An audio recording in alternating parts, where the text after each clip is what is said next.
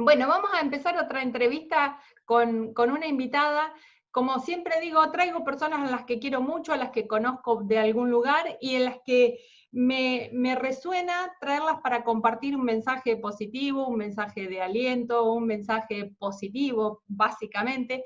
Y a Margot Rubilar, una argentina que estamos lejos físicamente, pero cerquita en el corazón, la conocí en el contexto de la certificación en la filosofía de Louis Hay.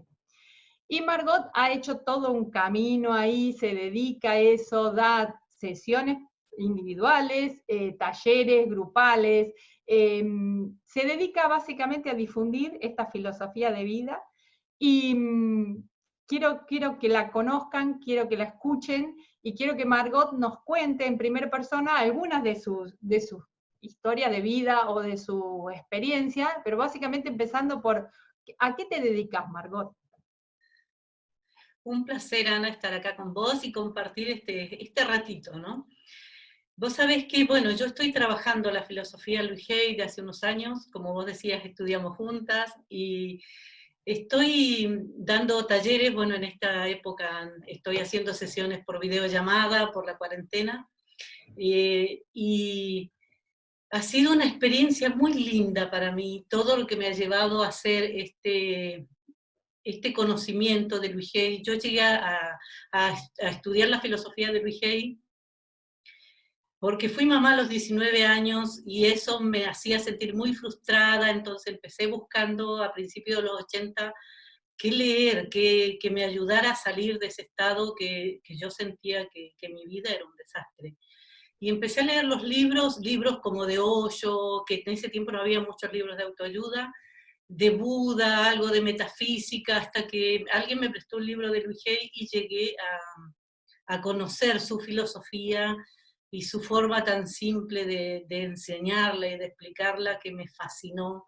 Y de ahí seguí ese camino con más libros y bueno, me hice fans del desarrollo personal cuando empezaron a haber más libros y hasta que se me dio la posibilidad de estudiar, que ya todo esto teníamos internet, esto nos conectó un poco más y vi lo del curso y yo dije, wow, esto es para mí y bueno, y fue así que llegué a estudiar y convertirme en instructora de la filosofía del Louis Hay, y de ahí estoy dando talleres, charlas y atendiendo en forma personal, y con lo que todo eso me ha llevado como aprendizaje, el estar todo el tiempo con personas, con historias y situaciones difíciles, y bueno, que por ahí buscan ayuda y que han leído los libros de Louis Hay, y llegan a mí en esto de que ahora con internet tenemos Facebook y páginas y grupos y bueno, entonces estoy como al alcance de la mano.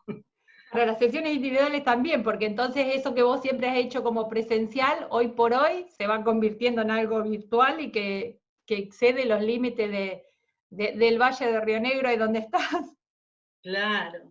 Y yo venía ya también trabajando mucho por videollamada con personas de otros países que bueno, con esto, como te decía, con internet hay personas que de repente buscando Louis Hay les aparezco yo y bueno, y me han escrito y me han pedido ayuda en alguna situación que le han dado un diagnóstico, que tienen una enfermedad como cáncer o algo así difícil de llevar y que ellas han sentido que tienen que sanar sus emociones más allá del tratamiento médico.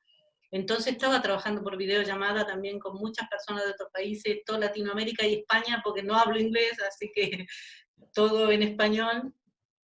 Y eso era como que ya tenía, digamos, la costumbre de trabajar y veo que las personas también ya están muy acostumbradas a trabajar por videollamada y bueno, y es más o menos lo mismo que Claro. presencial, porque nos estamos viendo, yo veo su mirada, veo su angustia, ellos me ven a mí también, entonces bueno, es como prácticamente lo mismo. Genial.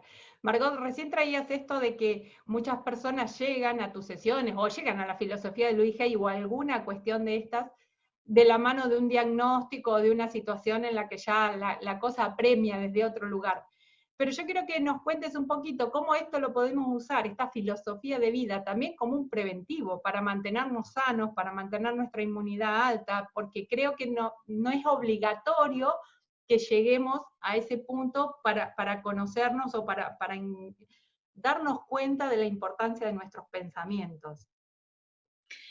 Claro, sí, ahora se habla mucho de pensamiento, hay mucho mensajito en Facebook, pero es como que lo leemos y nos suena bárbaro, pero no lo podemos aplicar, no lo podemos bajar a tierra o encarnarlo, ¿no? Para que nos salga como normal y natural. Y creo que sí, con este trabajo de las afirmaciones del Vigei, que yo todos los días publico una afirmación, es como que la gente va practicando y muchas veces es como una puerta, como el empiece a ver otra posibilidad de que cuando repitió una afirmación sintió que estaba mejor, que se sentía mejor, que si estaba angustiada es como que, no sé, dije esa afirmación y me sentí bárbaro. Entonces como que lo empiezan a aplicar y cada uno lo va aplicando de una u otra manera. Hay gente que lo aprende y lo practica todo el día, hay gente que por ahí lo hace solamente cuando lo lee a la mañana, pero yo creo que es tan importante el poder entender cómo nuestro pensamiento nos hace sentir de una manera y porque nuestro cerebro genera esos químicos tóxicos que cada vez después nos vamos sintiendo peor y no podemos salir de ahí. Entonces, el hecho de entender que como yo pienso, me siento, ya encuentro que es un cambio importantísimo, porque de repente cuando observamos lo que estamos pensando, que nos está llevando a sentir mal, es como que podemos salir, y cada uno sale de ese pensamiento negativo, no sé, algunos poniendo música, otros escuchando un audiolibro, no sé, escribiendo alguna afirmación o algo de agradecimiento, pero creo que es fundamental que ya empecemos a entender que cómo yo me siento es el efecto de lo que pienso. Qué maravilloso. Para mí cuando yo entendí eso me cambió totalmente la vida, porque puedo darme cuenta de que si me estoy sintiendo mal, me enganché con un pensamiento de rabia o de impotencia o de frustración y como uno le sigue dando vuelta todo el día, obviamente vamos sintiéndonos pésimos. Pero poder darnos cuenta de que mi pensamiento me hace sentir de una manera es como así de fácil cambiar. Sí, a ver, es entrenable, ¿no? Esto de, bueno, a mí una de las frases de Luis Hay que más me llegó es esta de, todo es un pensamiento se puede cambiar, o sea, con lo que estoy enfrentada, digamos, con un pensamiento y un pensamiento se puede cambiar. Pero más allá de que es 100% verdad, porque acá adentro solo mandamos nosotros, lo cierto es que creo que hemos dejado el mando y por muchísimos años, si no fuimos conscientes de que podemos cambiar, creemos que acá algo se piensa solo, como que no tengo mucha injerencia. Y este trabajito que decías recién de las afirmaciones es un trabajito, da sus frutos, pero es algo que tenemos que hacer. Sí, sí, claro. Yo creo que por eso es que cuando vamos como subiendo nuestro nivel de conciencia, ya el trabajo es más simple, porque es como ya lo tenemos incorporado, entonces no es que tenemos que pensar, tengo que hacer una afirmación para cambiar cómo me siento, ya es automático el cambio. Y yo creo que eso también tiene que ver con el nivel de conciencia, cuando vamos entendiendo cómo funcionamos los seres humanos, eso nos cambia porque nos vuelve a una paz y a fluir con la vida, también con las circunstancias, con lo que está sucediendo. Eh, Hay un cambio real en eso bueno, que yo lo he ido experimentando también en estos años, porque soy humana y de repente también uno cae en el miedo, no sé, en la rabia, te enojan ciertas cosas y hay que salir de ahí, pero creo que tiene que ver mucho con eso, con el nivel por ahí de conciencia que uno va como saliendo más rápido, o sea, se da cuenta y ya cambia y más rápidamente no nos quedamos enganchados tanto tiempo en ese pensamiento. Claro, en ese sufrimiento que por ahí no, o sea, no nos lleva a ningún lado más que para abajo, ¿no? Claro, sí, sí. Sí, y creo que por eso que yo también me voy observando en este cambio y en este proceso, ¿no? De nivel de conciencia, de ver cómo ya no sufro frente a ciertas circunstancias, amar lo que es, ¿no? El poder decir, bueno, esto es lo que está sucediendo, ¿cómo lo paso lo mejor que puedo en esto sin meterme miedo a mí misma de lo que podría ser a futuro, ¿no? Porque siempre estamos sufriendo por un futuro. El pensamiento nos arrastra a un futuro incierto y obviamente vamos a sufrir porque siempre en ese futuro siempre vemos como las posibilidades negativas que tenemos, jamás vemos las posibilidades positivas que también hay. Entonces, claro, si nos dejamos arrastrar por ese pensamiento negativo, estamos viendo solo la opción de lo que nos podría pasar a futuro. Y hay otras opciones para pensar también. También Sí, todo puede salir perfecto. tal cual.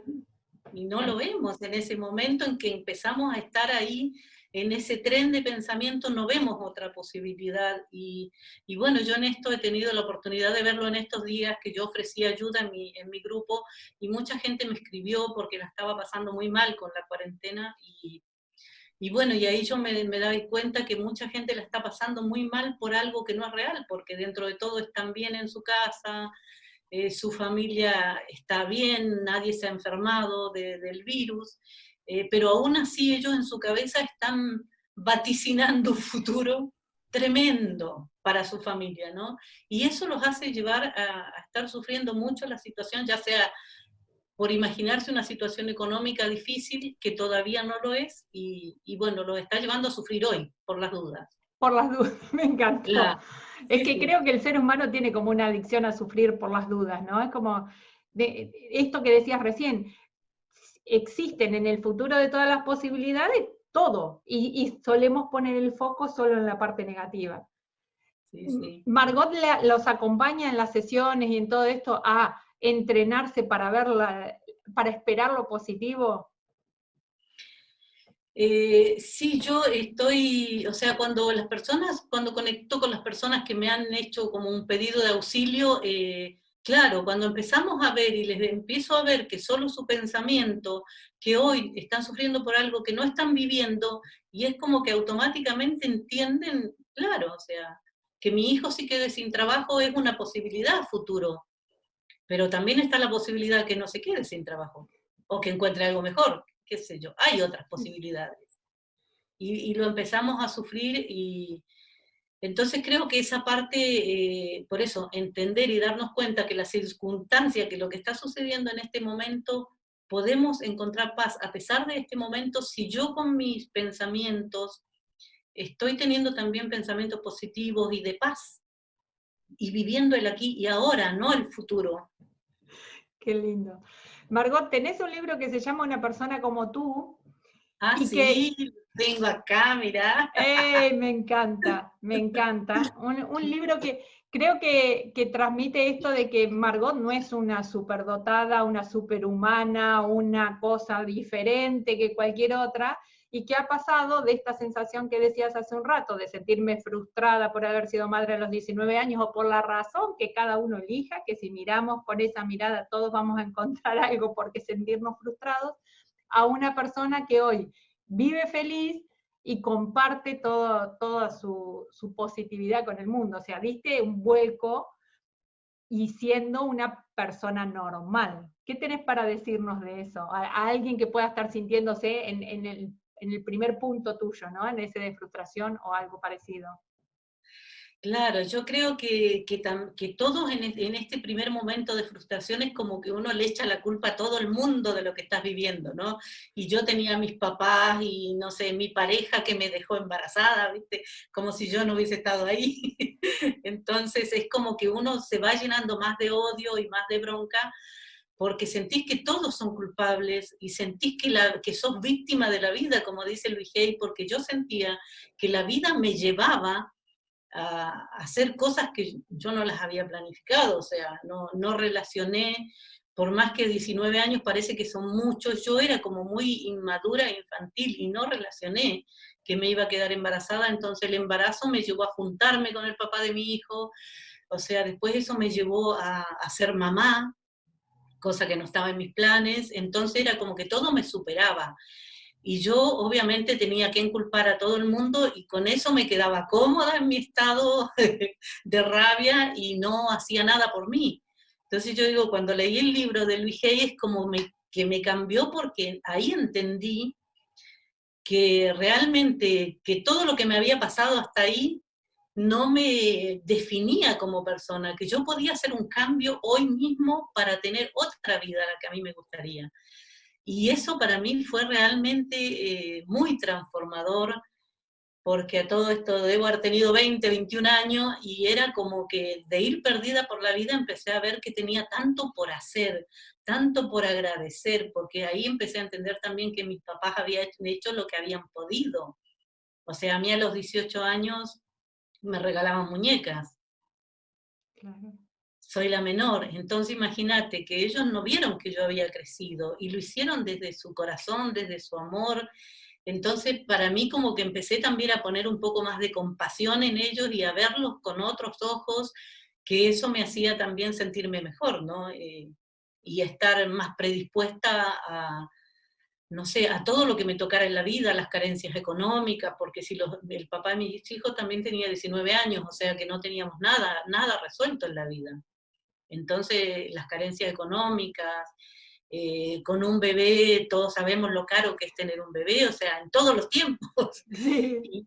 y todo lo que uno le quiere dar a ese hijo, pero más algo que a mí me preocupaba era porque yo sentía que toda la responsabilidad sobre ese hijo era mía, porque el papá de mi hijo tenía 19 años, pero él no había crecido y madurado lo que yo maduré y crecí con el embarazo y el parto. Claro. En mi época paríamos, ¿no? Había que sufrir. Entonces, eso a mí me transformó. Yo siempre digo que yo entré a la sala de parto de 19 y salí como de 29. No, ya no era la misma. Y sentía esa responsabilidad por mi hijo y sentía que toda la responsabilidad era mía. Entonces yo decía, no quiero que mi hijo tenga una imagen de una mamá llorando por los rincones. Entonces era como que yo quería darle una imagen a mi hijo, un ejemplo de que la vida era linda, pero si no era coherente mi sonrisa con lo que vivía, no funcionaba. Entonces creo que también, como la vida no se equivoca, viste que muchas veces decimos, me equivoqué.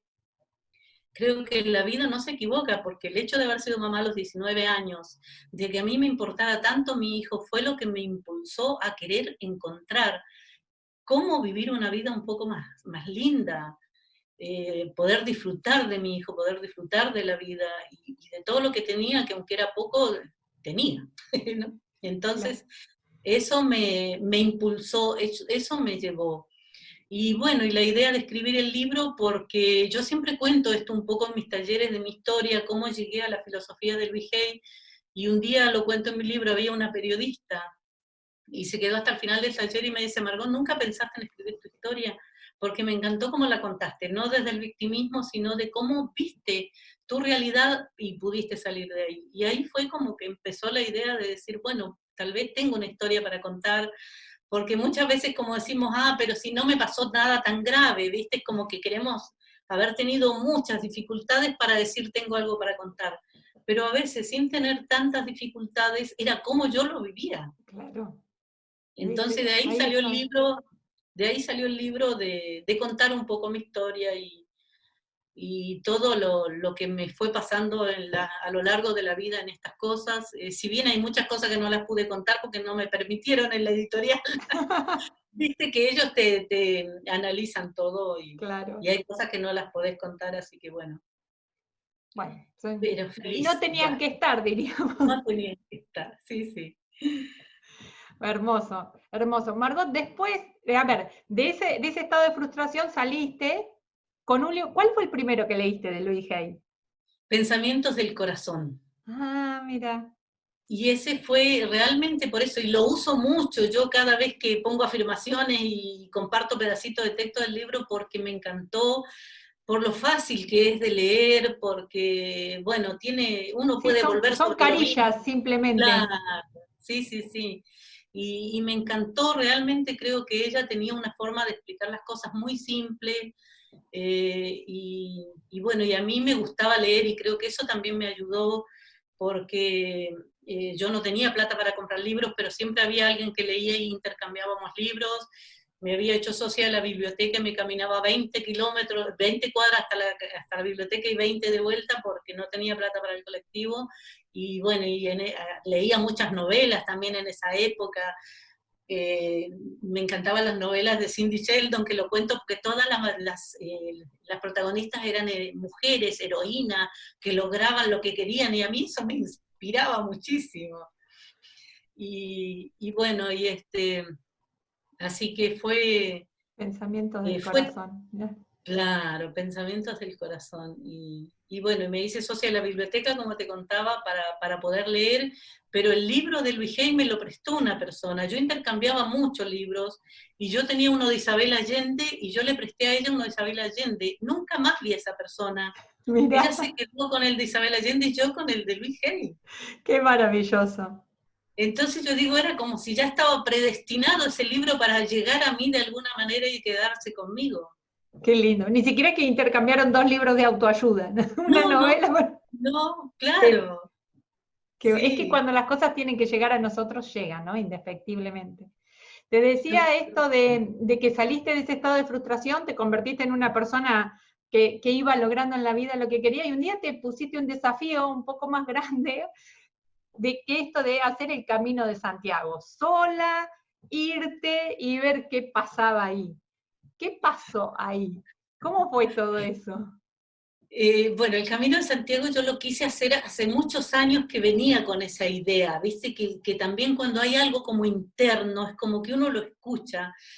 Y en un momento iba a ir con mi marido, íbamos a hacer el camino los dos, y él después como que a último momento dijo, no, no, los dos tenemos problema de columna, entonces como él decía, siento que el cuerpo no me va a aguantar y te voy a joder el viaje, es tu sueño, entonces mejor busca una amiga con quien ir. Y empecé a buscar mis amigas, que muchas son muy viajeras, y todo el mundo me dijo, no, vámonos a Cancún, vámonos, qué sé yo, a Miami, ¿qué vamos a ir a hacer el Camino de Santiago? Y en eso me fui encontrando que nadie me acompañaba en este sueño, ¿no? Y primero también, como la primera idea es decir, bueno, no voy nada porque no tengo con quién ir. Y de ahí, viste, como que te das cuenta y vos decís, no, estoy buscando una excusa porque lo puedo hacer sola. No necesito a alguien para hacerlo. Y bueno, entonces tomé la decisión de ir sola y hacerlo como una verdadera peregrina, con muy poquita ropa, y fue la verdad, volvemos a lo mismo, la vida no se equivoca y tenía que hacerlo sola. O sea, el universo me empujó a que lo haga sola. Armó todas las circunstancias. Claro. Y fue una experiencia increíble porque fueron 50 días caminando. Yo estudié en colegio de monjas, así que por lo tanto no me llevo muy bien con la religión, que fue también una de las cosas que me llevó a buscar por la filosofía. Y así que yo siempre tenía pensado hacer el Camino a Santiago, pero no pasar a la Catedral de Santiago, y para mí era llegar al mar, ir a Finisterre o a Muxía, que es el verdadero Camino de Santiago, llega hasta ahí, que son 900 kilómetros desde donde yo salí de Roncesvalles, desde los Pirineos. Pero las circunstancias que me fueron pasando me obligaron a pasar a la catedral, porque tal vez yo también tenía que hacer un trabajo y empezar a dejar mis juicios con respecto a la iglesia, ¿no? Que yo lo cuento porque grabé el audiolibro después, con todo lo que yo iba compartiendo en mi grupo. Cuando puse en mi grupo que me iba a hacer el Camino de Santiago, mucha gente me apoyaba, me deseaba mucha suerte y eso. Entonces después fui compartiendo algunas etapas en mi grupo. Todos los días llegaba al albergue y después de darme un baño posteaba lo que me había pasado, cómo había llorado y todo lo que había sufrido, y la gente me avivaba, estamos haciendo el camino con vos, y bueno, fue muy Eran linda, compañeros virtuales. claro, fue muy linda esa etapa. Entonces después cuando llegué, recopilé todos esos escritos y los grabé. Y bueno, y pasé, tuve que, o sea, me pasaron cosas en el camino que me obligaron, como una señora que había salido tempranito un día a esperar un peregrino porque tenía una hija enferma, y ella había dicho, al primer peregrino que pase le voy a pedir que me lleve esto a la catedral, en lo cual me entregó ¿cómo se llama? Un cosito que decía bautismo de la nena, ¿viste? Para que... Y bueno, y entre esa sorpresa con la que a mí me agarró, que yo venía solita caminando temprano, es como que le dije sí, lloramos juntas, porque la verdad que fue muy, eh, muy tremenda la historia, lo que ella me decía y su desesperación, porque ella no podía ir a Santiago, dice que ella quería ir a pedir por su hija, pero no podía. Y entonces, bueno, lloramos juntas y me fui, y sentía que lo tenía que hacer, que no podía fallarle. Habías asumido el compromiso, claro. Un compromiso, claro. Y eso, bueno, fue como que ya empecé en mi cabeza a pensar, no, tengo que entrar voy a tener que entrar a la catedral. Y, y bueno, y después en otra etapa me pasó también que fueron las dos cosas que me llevaron a entrar a la catedral unos abuelos, unos viejitos que habían, que me preguntaron de dónde venía, cuál era la etapa que estaba haciendo, y me pidieron que rezara por ellos, y el viejito, él me dio, un abuelito, un ramo de flores silvestres para que lleve a la catedral y rece por ellos. Y bueno, eso también me decía, nosotros somos solos y no tenemos a nadie, y bueno, si usted va a la catedral, rece por nosotros. Imagínate, yo por eso te digo, con todo lo que yo no entro a una iglesia, rezar mucho menos, entonces era como que era un desafío para mí muy grande cuando lo empezaba a pensar en todos los kilómetros todavía que me quedaban hasta Santiago. Y bueno, y cuando llegué a Santiago con esa semejante responsabilidad que yo decía, no puedo, porque podría tirar esto, tengo la opción de tirarlo y ya está, o a decir, ¿cómo lo siento yo? Yo siento el compromiso, siento que no le puedo fallar a esta persona, a la mamá esta que quería pedir por sí, su hija, porque yo veía a mí la fe que las personas tienen en Dios o en una virgen o en lo que sea, realmente me maravilla, porque vos no sé, ella tenía tanta fe que cuando eso llegara a la catedral, su hija iba a dejar de sufrir, o se iba a aliviar o iba a morir, pero se iba a liberar del sufrimiento. Y vos decías, bueno, a mí eso realmente me corrían unos lagrimones en ese momento. Y bueno, cuando llegué a Santiago fue, viste, ponerme frente a la catedral y decía, tengo que entrar, hasta que decidí y tomé la decisión de decir, bueno, voy a entrar sin juicios, sin lo que yo he cuestionado tanto tiempo de lo que yo viví en la escuela, en las iglesias, y todo el maltrato que yo sentía que había vivido esa niña que fui, ¿no? Entonces decir, bueno, voy a entrar sin juicios y voy a hacer lo que prometí y a vivir la experiencia, ¿no? De estar en la iglesia. Y la verdad que sí, que fue un momento de mucha paz, porque también después de todo mi trabajo mental y emocional que estuve haciendo allá afuera, y todos los días del camino, fue muy, muy lindo poder hacerlo, porque también después sentí como esa satisfacción cuando prendí las velas, porque todo eso a mí también me encanta. Las velas no solo son de la religión católica, ¿no? Son una llama, son Sí. fuego, entonces como que encendí una vela por cada uno, por los abuelitos y una por la mamá y sus hijos, y me hizo realmente sentir muy bien conmigo misma también el haber dejado atrás toda esa carga, toda esa carga negativa de la escuela de monjas y de las misas y todo eso, y entrar y decir, bueno, ahora soy un adulto, estoy acá, Qué y ¿cómo lindo, puedo vivir esta experiencia? Y qué fue lindo. fabuloso, lo cuento todo en el audiolibro. Bueno, está en YouTube, así que después vamos a poner acá abajo el enlace para que puedan escucharlo. Sí, maravilloso. Se me contabas y se me venía esta reflexión, digo, hace un ratito nos dijiste esto de que entraste a la sala de parto de una manera y saliste transformada. Digo, tal vez, no sé si en todo el camino o podemos poner esta comparación de entraste a la Catedral de Santiago y salió otra Margot, más liberada, más libre de juicio, decías. Claro, sí, yo siento que para mí fue un cambio porque hasta ahora yo entraba a las iglesias como turista, digamos, ¿no? O sea, fui al Vaticano, he entrado como turista a las iglesias, pero con ese mismo nivel de juicio, mira todo el oro que tienen, ¿viste? O sea, claro, no había cambiado nada. Entonces, en cambio, acá fue cuando yo pude ver todos los juicios que yo emitía cada vez que veía, no sé, a un cura, a una monja o una iglesia, todos los juicios que emito.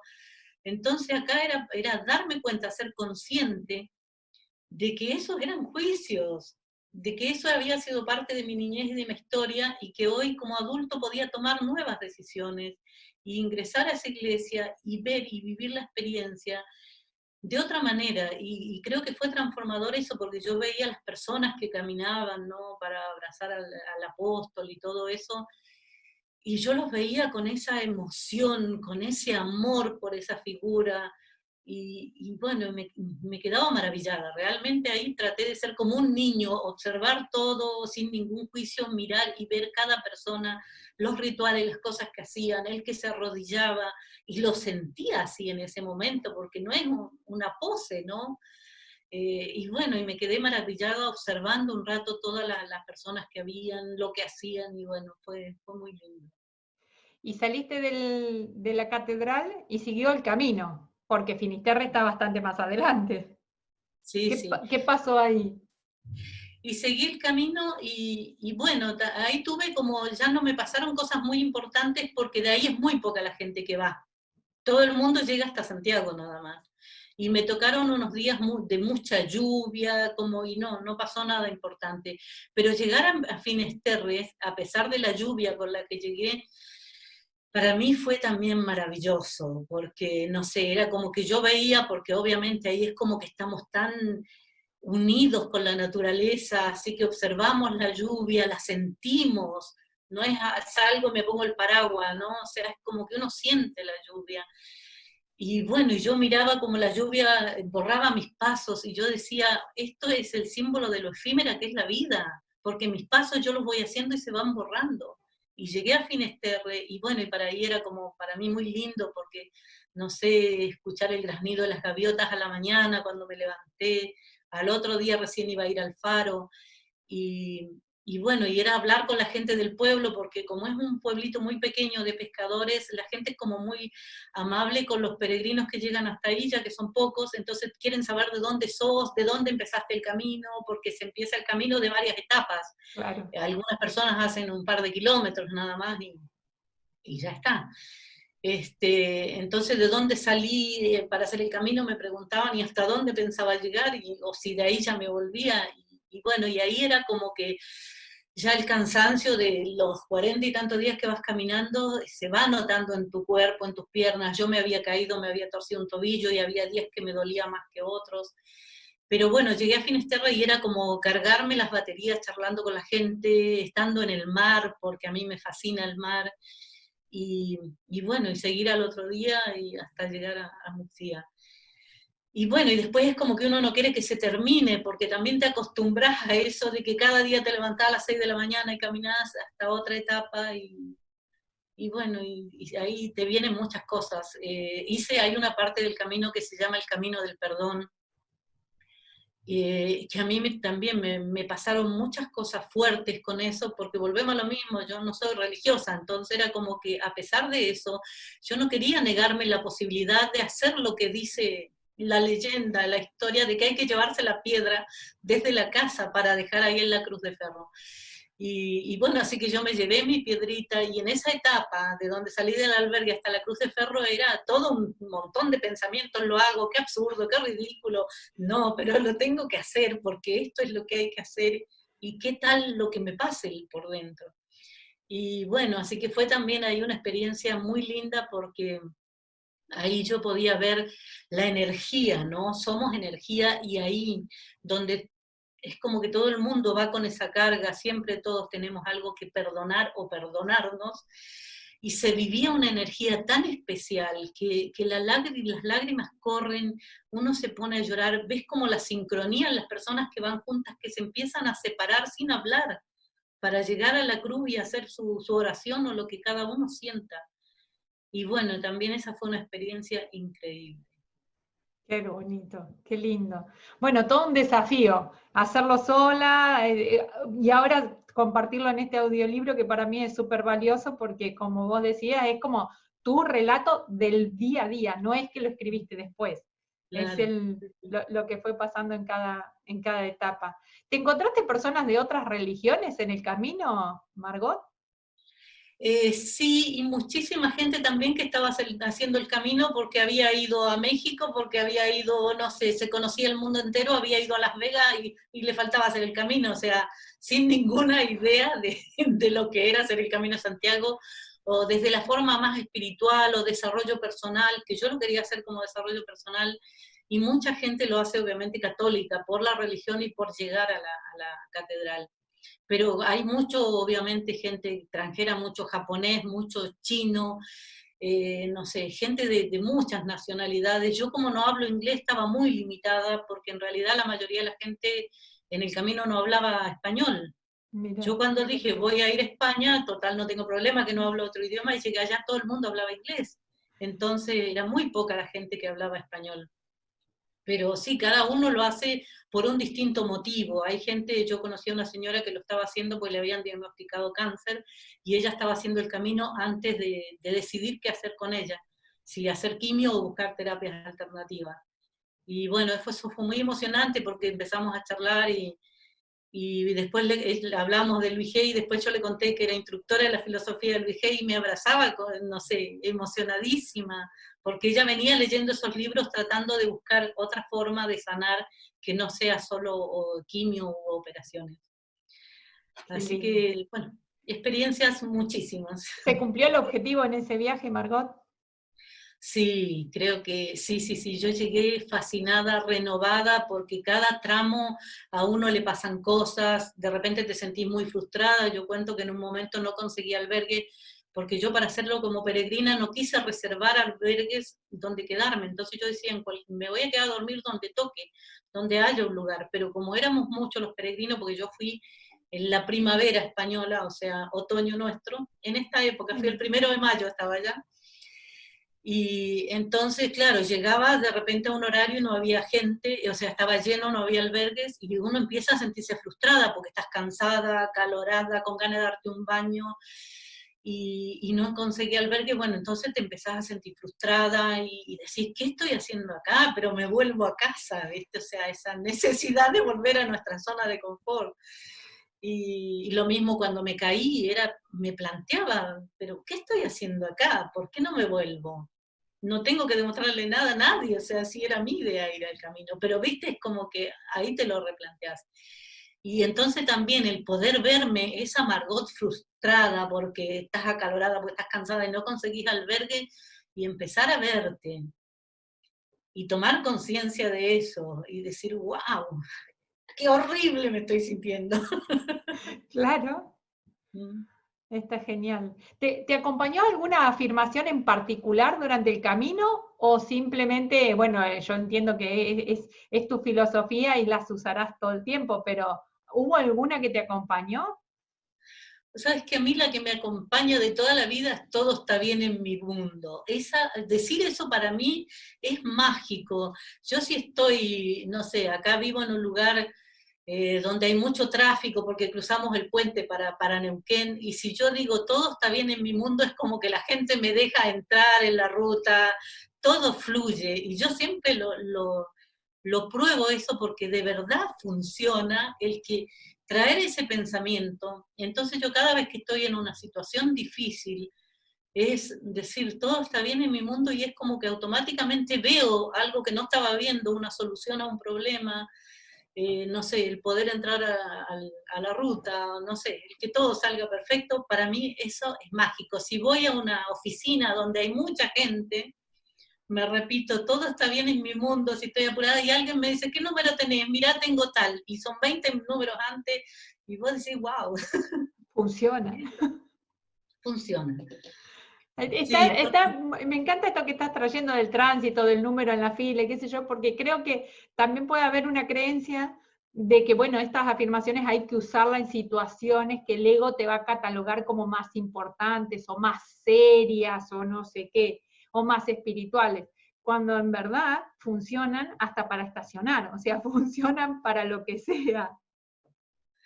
claro, vos sabés que cuando yo leía que Luis Hay dice que ella, bueno, para aparcar, como dicen ellos allá, usaba esas afirmaciones, y yo en ese momento que las leía no las entendía, me parecía también como, vamos, que eso va a suceder.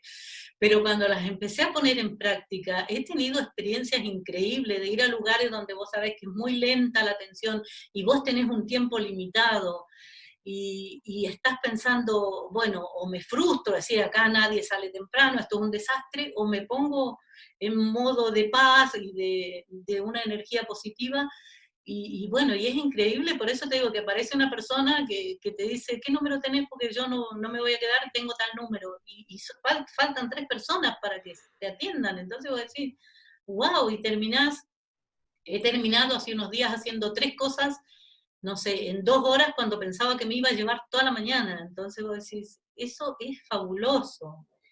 Y después en otras situaciones también de enfermedad o, no sé, mi hijo tuvo un accidente, el que corría en moto, y también, viste, son situaciones muy difíciles que a uno le toca vivir y donde es como que ahí tratamos de ver cómo sentirnos mejor en ese momento, y para mí esa frase esa afirmación de que todo está bien en mi mundo, no importa lo que esté sucediendo, me vuelve a la paz. Y desde esa paz que yo encuentro puedo tomar mejores decisiones. Entonces eso realmente creo que es un paso importantísimo, cuando ya uno puede tomar mejores decisiones desde la paz, no desde la desesperación. Claro. Desde la desesperación siempre vamos a tomar malas decisiones, eso es obvio, y desde la paz hay otro empuje, digamos, vemos otras opciones, otros caminos. Sí, claramente, claramente. Margot, ¿tenés un grupo de Facebook en el que publicás todos los días? A ver, cuál es la intención y cómo puede la gente sumarse al grupo? Y el grupo se llama Espacio Luis Hay, y el grupo es abierto, obviamente cualquier persona puede unirse al grupo, y todos los días comparto algún pequeño texto, y con ese texto una afirmación, y una fotito con la afirmación, porque bueno, hoy en día todo es imagen, así que la foto también para mí es muy importante, y así que eso me lleva preparar todos los días lo que voy a poner, diseñar esa foto, buscar una imagen, agregarle el texto, con todo el amor que eso implica, ¿no? Que sé que al otro día es como que las personas están esperando que ponga la afirmación y la escriben abajo. Y eso me llena también de alegría y de amor, porque mucha gente después me escribe, Margot, era justo lo que necesitaba escuchar o leer. Y bueno, y la idea es esa, de que las personas puedan tener algo a la mañana, si a lo mejor están pasando un mal día, que abren mi página, mi grupo, y se encuentran con una afirmación que les sirve, que los apoya en ese día que a lo mejor no es tan bueno o no lo están viendo bien, y como siempre yo digo, una afirmación te cambia la energía, te cambia la vibración. Entonces ya es como que empezamos, después de decir esa afirmación, empezamos con otra energía al día. Me encanta de ese grupo que tus seguidores ahí como hacen eso, de escribirla de nuevo abajo. Y creo que esa es la importancia de la acción que decías al comienzo, que no solo lo leo y queda ahí y digo es una frase bonita y ya, sino que creo que el hecho de escribirla o a veces leerla varias veces en los comentarios y todo, hace que hagamos el trabajo con la afirmación. Claro, porque vos ves, bueno, vos has estudiado también mucho de esto, que cuando lo escribimos, trabajan los dos hemisferios del cerebro, entonces cambia completamente al solo leerlo. Y a mí me pasa, yo muchas veces por ahí, entre todas las cosas que hago, estoy apurada buscando algún material para compartir, y leo así nada más la afirmación, y cuando la escribo, cuando la estoy tipeando, es como que, wow, ahí me cae, y la vuelvo a repetir, respiro profundo y la repito, y vos decís, qué hermosa esta frase, me encantó, pero claro, si de repente uno la lee nada más, no alcanzamos a incorporarla. Y la idea es eso, que la hagamos nuestra y la sintamos. Bueno, buenísimo, que la gente se sume y te siga, pero que además aproveche ese espacio de práctica, que es los comentarios ahí abajo. Y también esta cosa de pronto, cuando una afirmación no resuena, yo algunas afirmaciones las he trabajado semanas, meses. Es decir, bueno, anotémosla en un cuadernito y vamos todos los días, o ponernos cartelitos, esta cosa que yo siempre digo, usemos los vidrios, no sé, cualquier cosa para ponernos cartelitos, para recordarnos porque claramente que el tomar acción hace una diferencia enorme. Es que yo creo que sí, por eso muchísima gente a mí me escribe que ha leído los libros de Luis Hay, pero que sí, como que le parecen bárbaros, pero no nota un cambio en ella. Y hablamos de lo mismo, claro, leemos un libro y nos quedamos con la información a nivel intelectual y lógico, donde nos parece lindo, pero no lo incorporamos. Entonces, creo que también por eso es tan importante un mentor, un coach, una instructora, alguien que te ayude a hacer el trabajo que nosotros solos por ahí muchas veces no lo hacemos. Tal cual. Porque como nos viene la emoción, no sé, el trabajo en el espejo, que es algo que Luis Hay propone, y es muy difícil de hacerlo porque nos viene la emoción y como lloramos no queremos hacerlo. En cambio, si vienen a un taller o una sesión, lo hacemos. Y el hecho de sentirse contenido ahí también, porque está la terapeuta, la coach acompañándote, es, digamos, es sentirse cuidado, ¿no? Porque sobre todo esto yo lo veo en los hombres, que a los hombres les cuesta más trabajar sus emociones. Las mujeres lo tenemos más incorporado, de pedir ayuda, de llorar con una amiga, aunque sea, Claro. pero el hombre no. Entonces, me parece tan importante cuando los hombres vienen a una sesión y le empiezan a venir las lágrimas, ellos piden disculpas porque están llorando. Dicen, no sé por qué lloro, yo no pensaba llorar. Y porque, claro, porque se han venido tapando todas esas emociones tantos años que tienen que salir, no hay otra forma. Tal cual. Entonces, claro, y entonces yo creo que eso es tan importante y a mí me inspira mucho a seguir trabajando cada hombre que viene a las sesiones, cada hombre que trabaja en él, porque como te decía, o sea, yo creo que las mujeres lo tenemos más incorporado, ir al psicólogo, ir a un taller, pero el hombre siempre es como que no se lo permite. Y Claro, entonces culturalmente hay todo un tema ahí, digamos. y no se les permite llorar también a los hombres de mi generación, por ahí los más jóvenes viven esta realidad, de estos momentos de otra manera, pero el hombre más grande es como que a él de chico le dijeron que los hombres no lloran, entonces para ellos llorar es tremendo, o sea, se sienten vulnerables, expuestos y poco hombres, digamos, ¿no? Con todas esas creencias que tenemos. Claro. Y entonces a mí cada hombre que viene a los talleres me inspira porque creo que la única forma que también, que la sociedad, que el mundo cambie, es cuando los hombres también empiecen a trabajarse sus emociones, a sanar su niño interior. Y creo que en esto de la violencia de género, por ejemplo, yo veo, he visto personas y que te das cuenta que también si queremos terminar con la violencia de género, tiene que haber un tratamiento también para el hombre, que muchas veces ha sido un niño golpeado, un niño que ha visto que a su mamá la golpeaban y está repitiendo nada más los patrones, lo que aprendió. Y entonces creo que cuando se rescata a una mujer que la han golpeado y no se hace un tratamiento con el hombre, al tiempito vamos a estar rescatando a otra mujer, porque él va a volver a conocer a otra pareja y otra mujer va a creer que lo puede ayudar tal vez y no es así.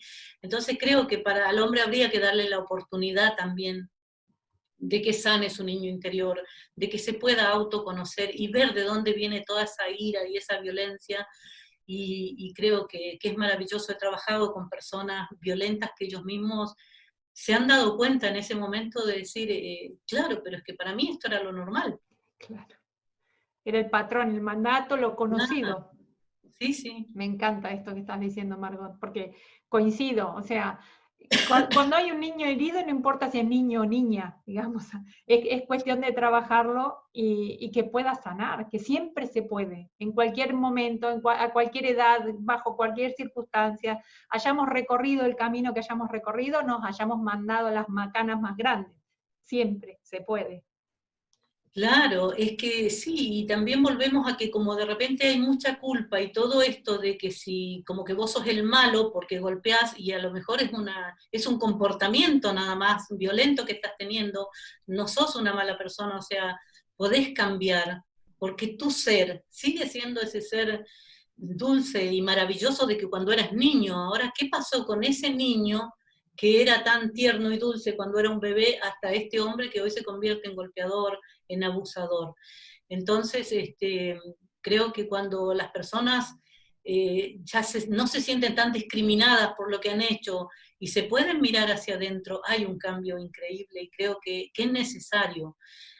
Así que bueno, yo siempre trato de que la gente, que los hombres, cuando algún hombre me escribe, siempre trato de que trabajemos y que hay otra forma de ver las cosas y bueno, porque también en ese mundo, en ese mapa mental que estamos viviendo, no vemos que podemos salir de ahí. Es como yo soy así, a mí me criaron así, yo soy así, voy a seguir siendo así. Y no, hay un cambio, Me podemos encanta. cambiar. Sí, sí. La importancia de darnos cuenta que nosotros podemos cambiar las etiquetas con las que nos hemos identificado, pero que también el otro las puede cambiar. A veces creemos que alguien es tal. A mí me pasa a veces que las personas me dicen, es que yo cambié, la gente me dice, pero ¿cómo? Vos no eras así. Y digo, es que tendríamos como que, estaría buenísimo que todos nos diéramos permiso para cambiar nosotros y para que el otro también mejore, digamos, para que el otro también crezca y dejar de rotularlo que con lo que hizo ya es de tal o cual clase de persona.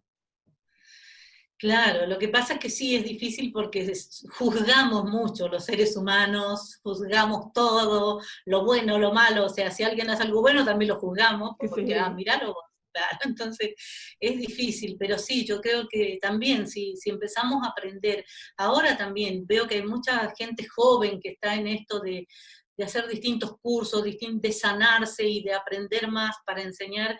Creo que también que eso va a servirle mucho a la sociedad, porque mientras más jóvenes empecemos, obviamente tenemos más tiempo para aportar conocimiento, para criar a nuestros hijos también desde otro amor, no de tanta frustración y de tanta rabia, donde nos vamos postergando como mamá y obviamente esa frustración la descargamos con nuestros hijos. Entonces, creo que el poder encontrar esa paz, bueno, como yo siempre cuento que fui mamá a los 19 años, muchas chicas jóvenes que están pasando esa misma situación me escriben y me dicen, yo soy mamá y me siento así, porque, o no sé, o ya mi marido me dejó y ahora estoy sola, tengo que volver a casa, entonces como que les inspira el que yo, de verme a mí, que bueno, que yo pasaba lo mismo de ellas y hice un camino y logré salir de ahí y ahora sentirme que cada cosa que me pasó, hasta la persona que era el papá de mi hijo, fue perfecto para mi evolución.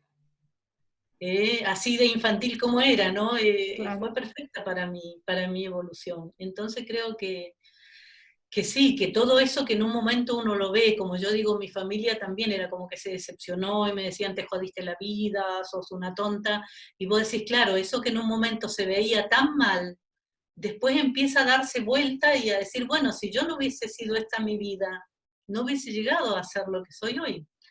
Tal cual. ¿Y eran ustedes los padres perfectos para ese hijo también? O sea, empezar a comprender toda esa perfección nos deja en paz. Claro, yo creo que sí, que yo miro a mis hijos, porque después tuve otro hijo con este mismo hombre, ¿no? A los 25, bueno, mi hijo quería tener un hermanito y era como que decidimos en una de esas intentos de que la relación funcione tener otro hijo y yo sentía que como ya tenía 25 años estaba vieja, o sea, tenía que tenerlo ahora, era viejísima. Entonces yo decía, ¿cómo voy a dar embarazada después? O sea, si voy a tener otro hijo lo tengo que tener ahora. Tengo 25 años, decía yo, y ahí te das cuenta el nivel de agotamiento que yo tenía con la vida, porque yo me sentía más vieja que ahora que tengo 61.